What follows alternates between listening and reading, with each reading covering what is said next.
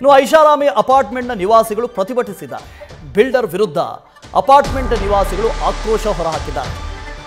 Drive way ವಿರುದ್ಧ apartment ಬಂದು ಆಕ್ರೋಶ ಹೊರಹಾಕಿದ್ದಾರೆ. ಡ್ರೈವ್ ವೇ ಬೇಡ ಅಂತ ಅಪಾರ್ಟ್ಮೆಂಟ್ನ ನಿವಾಸಿಗಳು ಹೇಳ್ತಾ ಇದ್ದಾರೆ. ಬಿನ್ನಿಪೇಟೆಯ ಪಾರ್ಕ್ ವೆಸ್ಟ್ ಅಪಾರ್ಟ್ಮೆಂಟ್ನ ನಿವಾಸಿಗಳಿವರು ಪ್ರತಿಭಟನೆ ಮಾಡುವಂಥವರು. ಅಪಾರ್ಟ್ಮೆಂಟ್ ಅವ್ಯವಸ್ಥೆಯ ವಿರುದ್ಧ ನಿವಾಸಿಗಳು ಆಕ್ರೋಶ ತೋಡ್ಕೊಂಡಿದ್ದಾರೆ. ಅಪಾರ್ಟ್ಮೆಂಟ್ನಲ್ಲಿ ಸುರಕ್ಷತೆ ಇಲ್ಲ, ನಮಗೆ ಓಡಾಡೋದಕ್ಕೆ ರಸ್ತೆ ಇಲ್ಲ, ಆಂಬ್ಯುಲೆನ್ಸ್ ಬರಬೇಕು ಅಂತ ಹೇಳಿದ್ರು ರಸ್ತೆ ಇಲ್ಲ.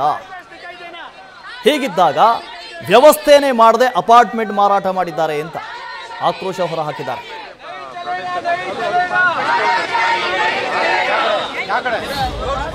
1400 ಮನೆಗಳು ಆಲ್ರೆಡಿ ವಾಸ ಇದ್ದಾರೆ. ಟೋಟಲ್ ಪ್ರಾಜೆಕ್ಟ್ ಬಂದು 3000 ಮನೆ ಪ್ರಾಜೆಕ್ಟ್ ಇದು. ಇವರು 12 ಮೀಟರ್ನ BBMPL ಪರ್ಮಿಷನ್ ತಗೊಂಡು ಬರೀ ಅವರು ಈಗ ಪರ್ಮಿಷನ್ ಪ್ರಕಾರ 8 ಮೀಟರ್ ಈಗ ಪರ್ಮಿಷನ್ ಇಲ್ದಲೇ ಇರೋದನ್ನ ರೋಡ್ ಹೊಸದಾಗಿ ಮಾಡಿದ್ದಾರೆ. ಮುಂಚೆ ಇದ್ದಿದ್ದ ರೋಡ್ನ ಕ್ಲೋಸ್ ಮಾಡ್ತಾ ಇದ್ದಾರೆ. ಒಂದು ಕಾರ್ ಹೋದ್ರೆ ಇನ್ನೊಂದು ಕಾರ್ ಬರೋಕ್ಕಾಗಲ್ಲ.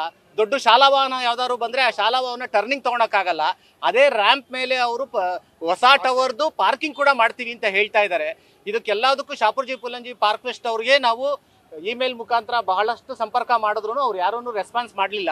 ಈಗ ನಾವು ಪ್ರೊಟೆಸ್ಟ್ ಮಾಡ್ತೀವಿ ಅಂತ ಗೊತ್ತಾಗಿದ ತಕ್ಷಣ ನೆನ್ನೆ ಸಂಜೆ ಬನ್ನಿ ಮಾತಾಡೋಣ ಅಂತ ಹೇಳಿದ್ದಾರೆ.